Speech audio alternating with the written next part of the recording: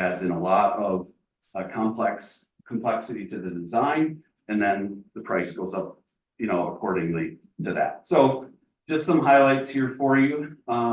There'll be directional microphones actually in ceiling tiles. And so all of those mics will be gone, including this mic. You won't need it. It'll be all be gone. No wires across the floor or anything like that. We'll repurpose all of this equipment in other places in the district. There'll be 2 point tilt zoom cameras. So one that focuses on whichever trustee or the superintendent that's speaking, and then one that's focused on the podium, but they can move and adjust as it goes. And all of that happens with the programming of the system. And so I mentioned new laser projector, 2 TVs mounted on the walls. The system is called a QSys core system, and it's kind of the standard that's out there right now. And it requires programming because of all of it's got to control everything, right? So it's got to listen, the mic has to pick up who's speaking, which controls the camera, which then sends the video and the audio to a live feed. So we would be replacing also Zoom with a YouTube Live solution, which is kind of the standard that's out there right now.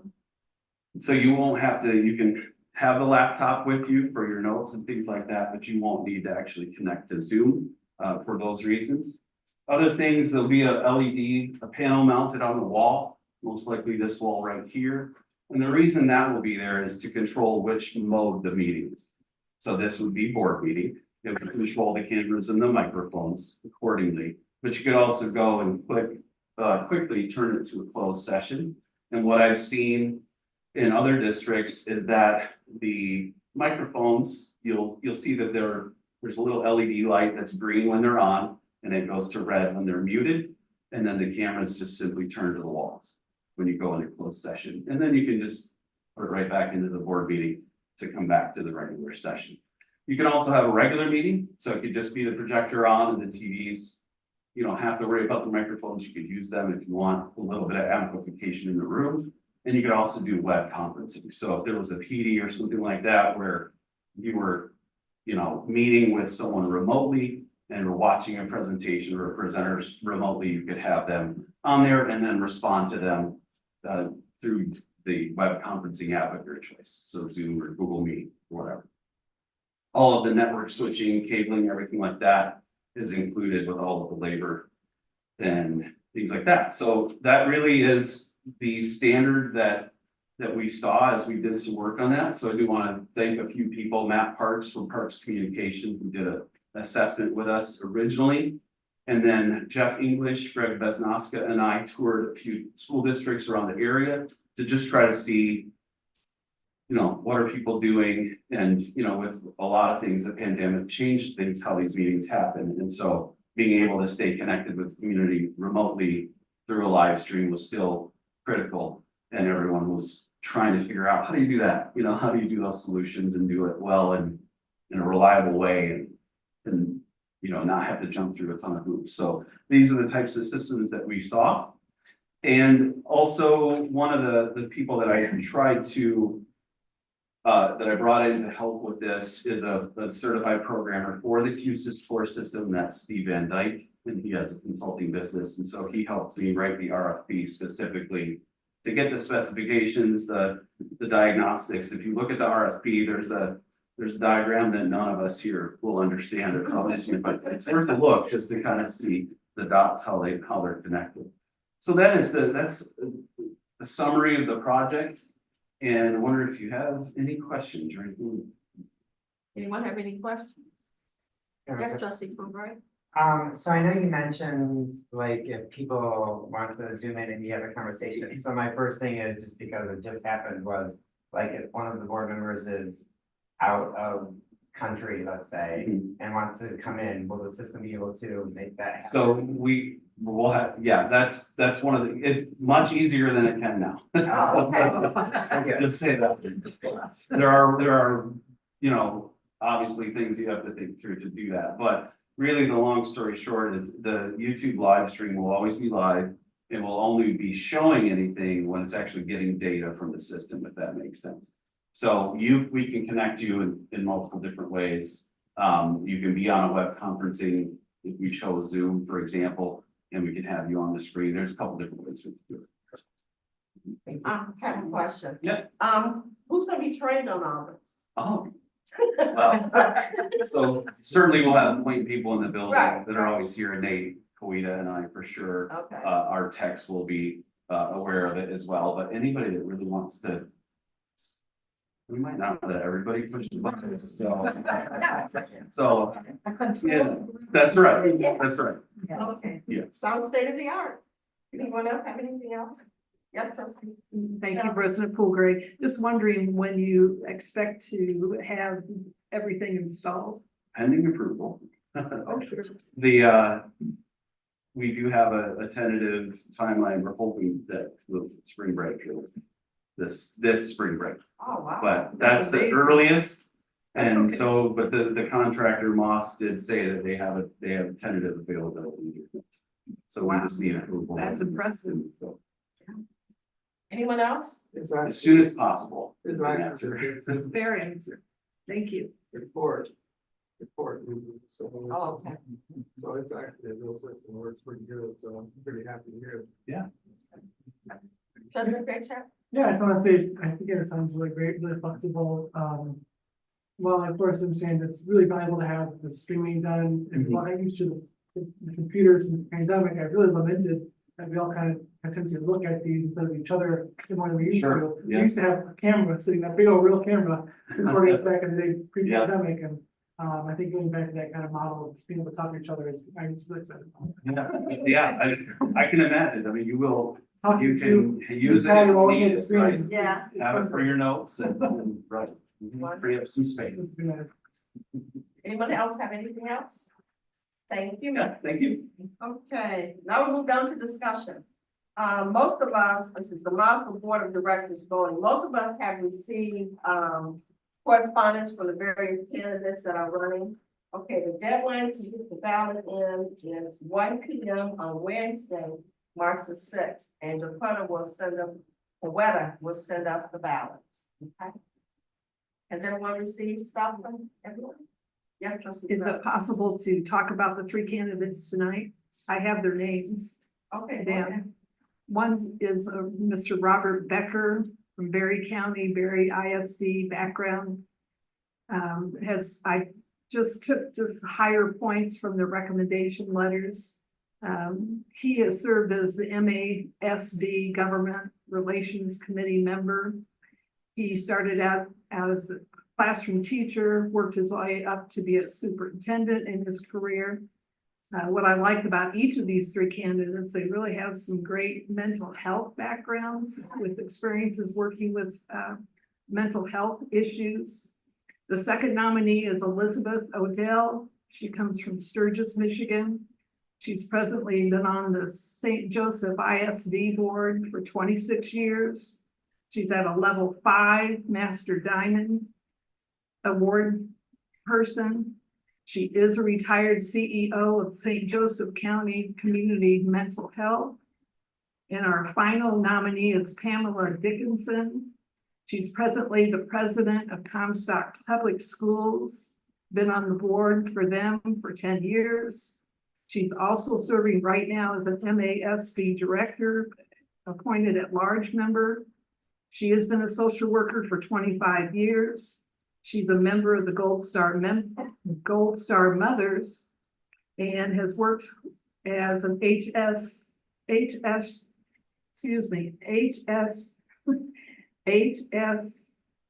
still not getting it. That's Health and Human Services Executive, as well as a nonprofit administrator. And it's just, I had a question about Miss Dickinson, since she's already a board director. Does she leave that position and somebody replaces her, or is her term up with MASB? I believe her term is up. Seems like that's the conversation we had when we were all in Lansing. Okay. Any other questions or discussions? Trustee Fulbright? Does this vote that happens, does it have to be unanimous from us, or is it just, majority for who we pick? Well, they said they was gonna send us a ballot, so I assume that we all vote. Okay. Yeah. It's one ballot. No, it's one ballot for It's us. one We have- going through. Oh, one going through. Yeah, we did. So at the next meeting, you guys will decide on who you are sending forward as a tie. Yeah, we have to choose one person as a group. We, certainly can take numerous ballots ourselves on who we're voting for. Okay. Any other discussions on that? We'll move down to the administrative announcement, Dr. Kim Carter.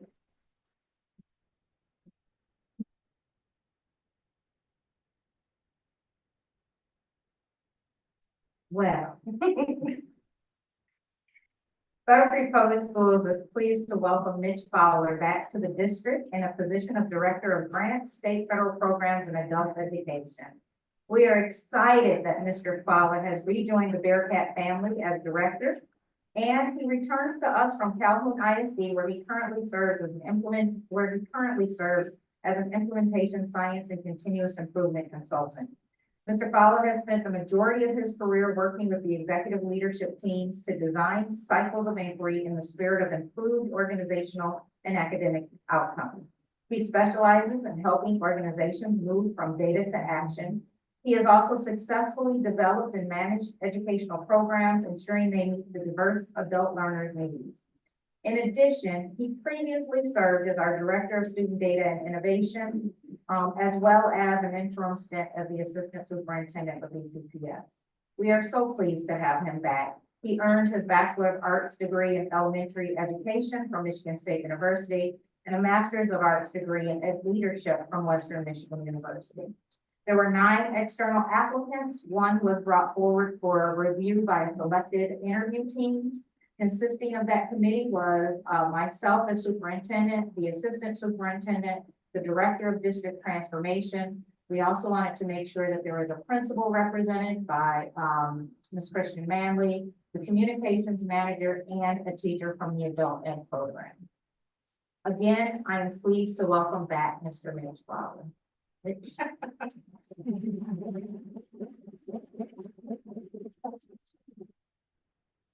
Thank you. Yeah, it's awfully surreal to be here and to be back. So when I left, my last week here, we had the in reunion welcome back celebration out of the trash, and we were handing out those once a Bearcat, always a Bearcat bumper stickers. And admittedly, it's been in my glove box because I laughed and died. What was amazing to me was, when I approached Dr. Carter and said, hey, I would like to come back. I miss this place. Once a Bearcat, always a Bearcat. I didn't know if it really ring true, and it did. And so I'm happy to be back. I do have to say it's amazing to see Mr. Miller come up here and talk about, revamping this. I think many of us were over at Stone, the first in-person board meeting when Nate was putting out paper towel to make sure they're 6 feet apart. It's wild. So I will say a little piece of history. I will miss this projector. If you look closely, there are 2 dress socks that have dried pinto beans in them. Those are my dress socks. We put those up there so that the projector would not, it's cool that they're still here, and I think it's exciting. So I look forward to working with you all, and I appreciate the second opportunity. Absolutely. Welcome home. Thank you. Belton Public Schools Board of Education Governance Guidelines and Practices, Dr. Carter. Yes, at our last board retreat, again, thank you to the public. We had an amazing retreat this past month where all board members were available. We did some learning together. And as a result of that learning, we've been working to solidify our governance guidelines. We had some homework of looking at the remaining sections of section one. And section 1 of our governance guidelines covers the Board of Education's shared vision, collective commitments, and to change that word to just overall commitments. So with that being said, I hope you all had an opportunity to look at the remaining 1.1 sections, 1.3. I apologize. And I'm just gonna ask if there are any changes. Changes or questions? Okay, seeing none. We also have 2.0, which is about our meetings. It describes the developing of the board meeting agenda, how to place things on the agenda, and how our agendas will flow. It also talks about board meeting conduct, participation, and protocols. As also talks about our closed session and the organization of the board. So in section 2, are there any questions, concerns, or changes?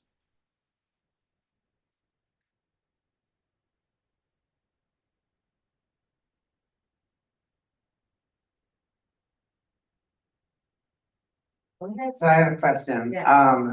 Since we're not voting on this tonight, we're just reviewing it. Is next meeting when we're gonna be voting on things?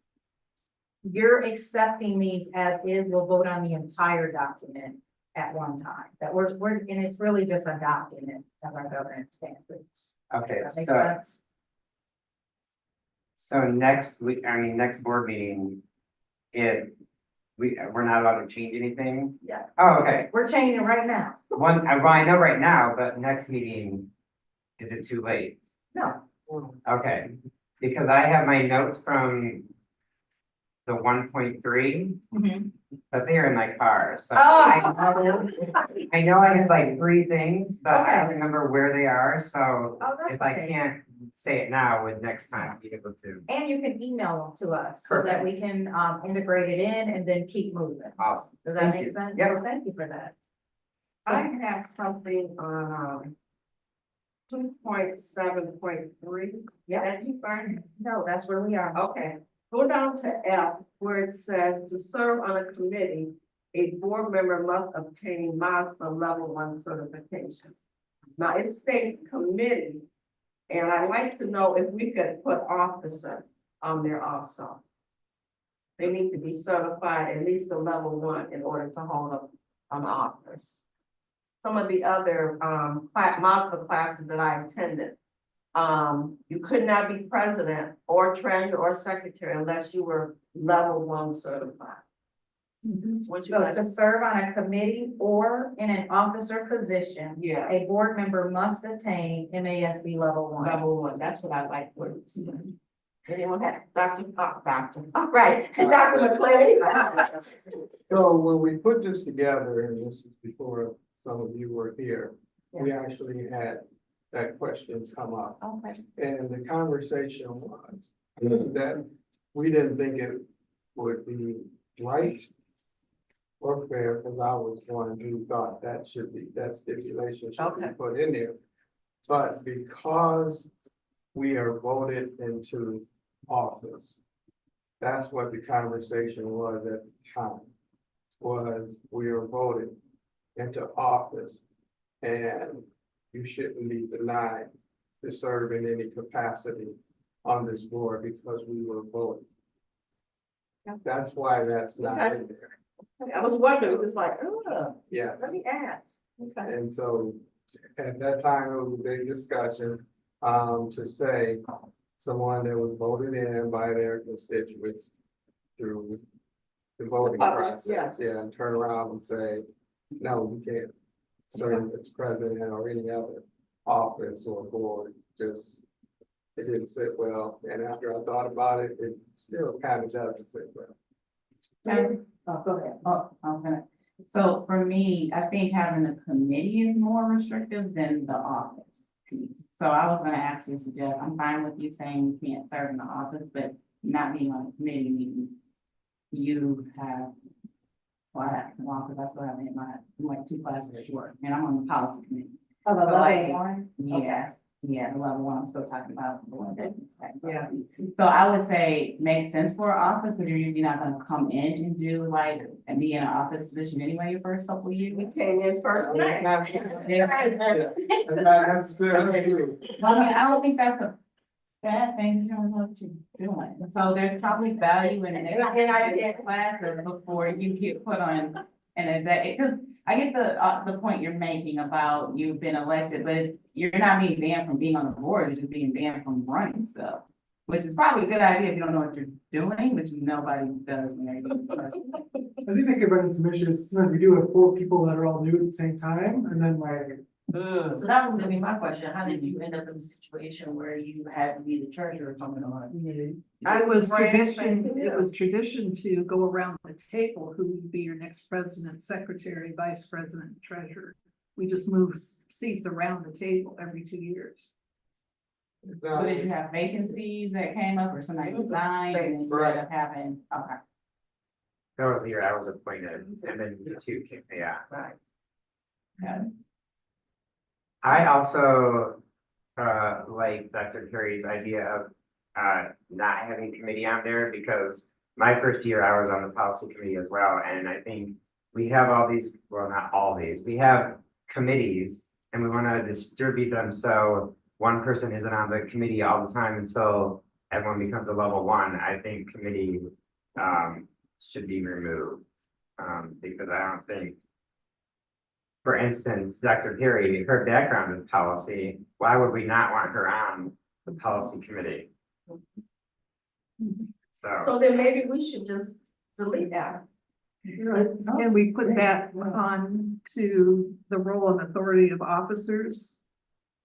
To have an MASB level 1 certification or be working in progress to working on that certification. So Steve, to serve as an officer, a board member must attain MASB level 1 certification. I think we'd be working in progress, because again, like Art said, if you're duly elected and if you're willing to learn, willing to serve, I don't want our hands tied at the table by policies that we know we're doing it because we think that someone else is doing it or something. Even if us. You can't, What if we say, to serve as an officer, a board member must be actively pursuing MASB level 1 certification? Where is it? I'm sorry. It's F and we're trying to move it to C. so, Or Move it to actually, C. it would I be thought A, two, B, C, D, E, 271, right? or it could be 2.7.2, the role. But can someone check our board policies right now, where it says board officers? I thought our board policy reflected the fact that Within 2 years, We- we have to get it. something to that effect. I don't know that carried over when we took the room, so we'll have to add that back in there. But I have. Well, if we could check on it. I really would like to, can't believe I'm arguing against it, because I pushed for that. But after considering others, I can't believe that I'm really arguing for this. I don't, it's nothing mandatory, again, after I gave this some thought. If you are voting, there's nothing that says you have to take those classes. Right. And I think we'll run into a problem. I think we'll run into a problem. As this board, new members come on, and if some board members decide, I'm not going to take those classes. I will vote it, and I'm going to serve in this capacity. And I'm not going to get certified. I don't think we have anything in the policy that says that. I would like to know. I know we were pushing for that at one time. And if we do, the conversation was, I know because I was sitting in that chair, was would we run into some type of legal issue or some challenge? The And answer is no, and here's why. You run and you have a right to a seat on the board. That's the extent. I was just gonna say, After that, this group decides how they want this board to run.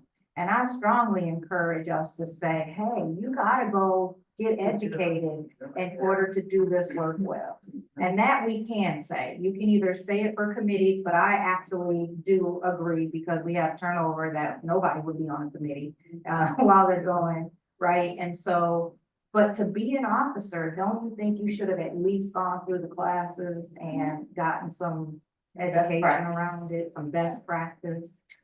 Well, and You can still elected, serve. we're elected to the board, we're not elected to president. Correct. Vice president or secretary. Would it treasurer. be possible to suggest that if they still have the same courses, MASB level 1, that 101 and 102, which is board policy, must be part of the repertoire of the board members seeking an office position?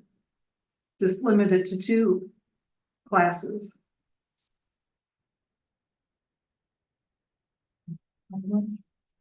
Because the 101 is a 6-hour class and the 102 is only a 3-hour class, and that's your start on getting the rest of the 7 classes that would make you level 1 certified. I also like this because I argued for this policy, this piece. I'm inclined to agree with you and accept that. Don't get me wrong, I'm all for it, because I'm always encouraging everyone to get certified. Our board should be certified. I say that all the time. I just would like to know for sure, because that was the question, that if we had a board member say, I'm being denied a functioning role in this, whatever seat you're sitting in, that we weren't creating some type of legal. And I would like to have, I heard what you said, but I would like to have an opinion on that. And just to give you, I'm gonna get that for you and let you know that this is also in other boards. This is actually what they have adopted, so. Is this one actually comes straight out of the Comstock governance guidelines for their board. You get back, yeah. So I just want to make sure that I've understood the assignment, which is we're not talking about committee, we're talking about officer, we're at least all there. Yeah, I'm on that page. Okay, Yes. and then once we confirm, that's what we're trying to get the language on. Is that in order to be an officer, you will have attained MASB level 1 certification. We just want to clarify that we're okay with that.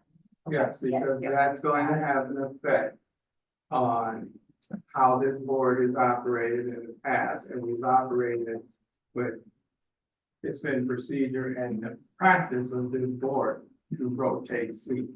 And if we put that in there, that's going to change, because as people leave and we rotate, to potentially end up with, let's say, if Patty wasn't leaving, potentially end up with you serving as president again. Oh, really?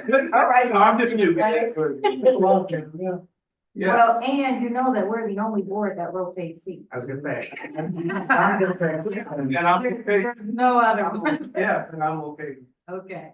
You're okay with doing away with that? No, I'm okay with rotating, I think. But do we need to state that in 2.7.1 that we rotate around the table? Because that's not stated here. It's in our policy. Policy. Board policy then? Yes. To clean that up. Okay, any other discussions? All right, Dr. Carney, you'll be back with us on that. Okay. Agenda. So next time, everybody look at 3. Okay, I can keep moving. All right, thank you. thank you. Okay, back down to public comment. Thank you. New business, Dr. Carter.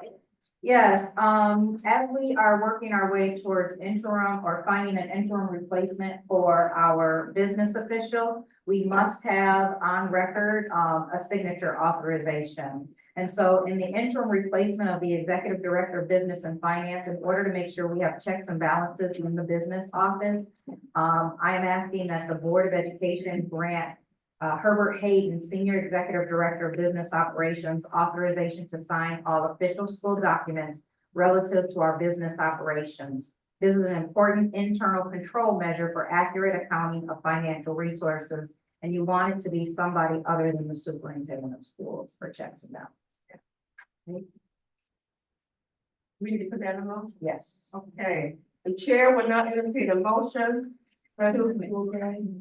Yes, I'd like to make a motion to authorize Herbert Hayden as the signature authorization for our business and finance. Support. it's been moved by Dr. Johnson, supported by trustee the Valley, that we put Mr. Hayden's name as signature authorization. Any discussion? Madam President, Yes, trustee. just for clarity, so when we do get a finance person, would that person just take over or would he still be? No, it will go back to the business, Executive Director of Business and Finance. Thank you. Thank you. Anything else? All those in favor signify by saying yes. Yes. All those opposed, say no. Motion carried. Superintendent comments. Yes, I just want to quickly do another call to action around chronic absenteeism, reminding our families of the importance of making sure that our students are in school on time every day. During a recent community meeting, we had a great discussion around several challenges on our community related to the issue of chronic absenteeism, which simply means consistently poor school attendance. After hearing the perspectives and experiences of a number of our community partners, families, students, and others, one thing is clear. It's going to take a community-wide effort to take on our chronic absenteeism. Data has shown that if our students are in school consistently, our teachers can do a great job of helping them learn and grow. But when students aren't in school, it can quickly become difficult to catch up. So please join us in our call to action around making sure that every day counts. As this campaign continues to roll out, I'm asking everyone in our community to help us share this message with the families you know in our community, because our children's futures depend on it. I also want to just do a quick reminder that BC STEM and Fremont applications are now open. BC STEM is our area's only STEM-focused middle school, offering hands-on learning experiences. And Fremont is now an officially designated International Baccalaureate Primary Years program. So if you're interested in those, please make sure that you reach out on our Facebook page to learn how to apply. Applications are open until Friday, April 5th. Thank you. Thank you. Any board member comments? Dr. Johnson. Yes, I was asked to share, Washington Heights is having a community conversation, and I think it's more about with emerging leadership and some of our emerging leaders on this Thursday, 4:30 to 6 o'clock at Washington. Anyone else? Trustee LaValle. Thank you. It's been kind of a busy 2 weeks for my ability to visit several of the events that are happening in our district. The Dudley Public Partners Reading Experience will be a week from tomorrow, where Dudley is inviting the public in to read for maybe 15 to 20 minutes in their elementary classrooms. And I'm scheduled to work with one of those classes. I've seen Dr. Carter's name as a visitor too. And that reading time will be February 20th. Back on January 23rd, I attended the Valley View Parent Teacher Council meeting. All in front of you, I grabbed programs from a quick recital put on by the Ann J. Kellogg Piano Lab students.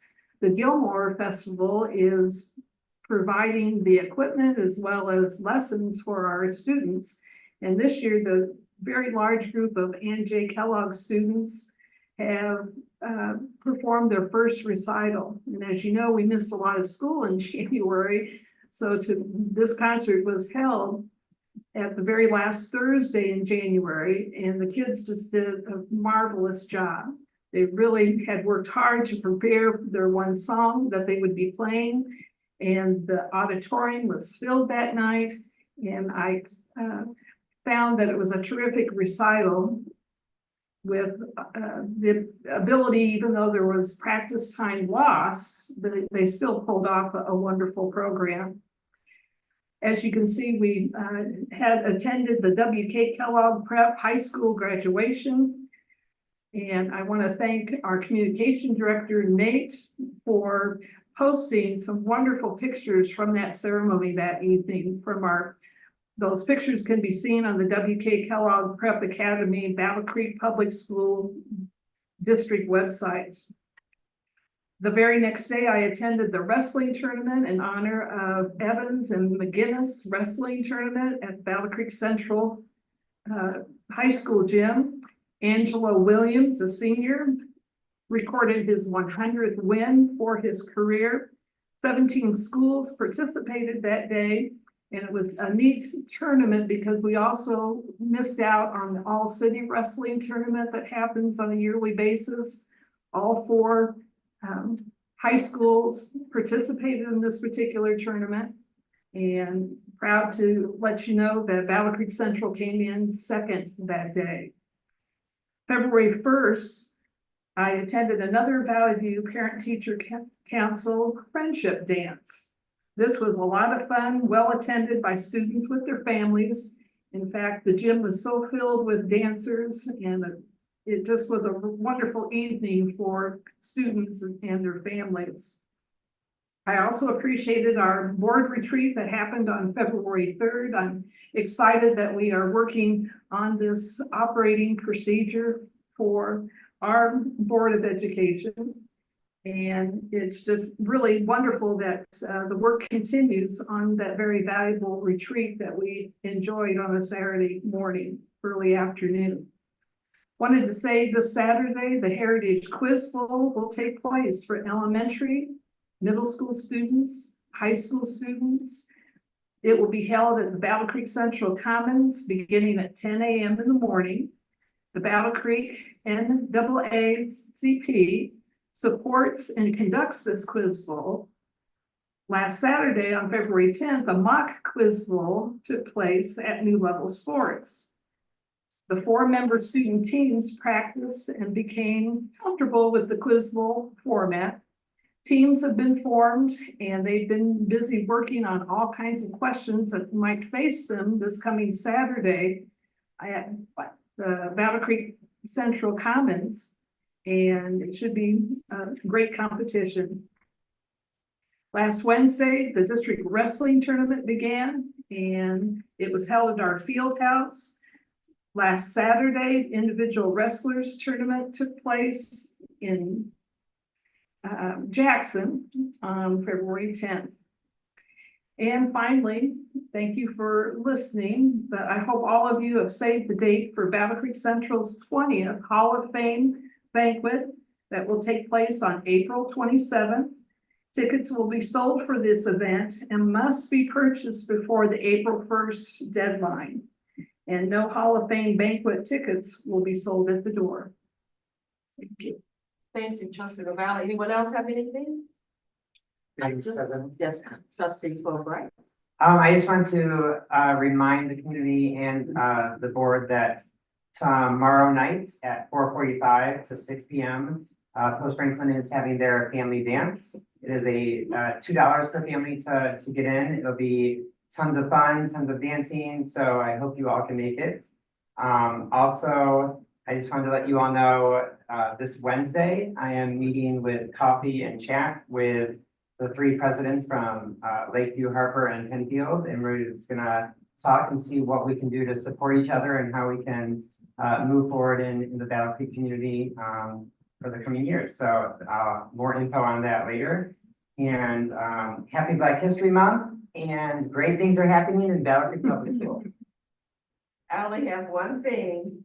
I'd like to take the time to thank Dr. Carter, the principals, the staff for acknowledging the board members' recognition month. Special shout out to our communication manager, Nate, for highlighting us board members on social media.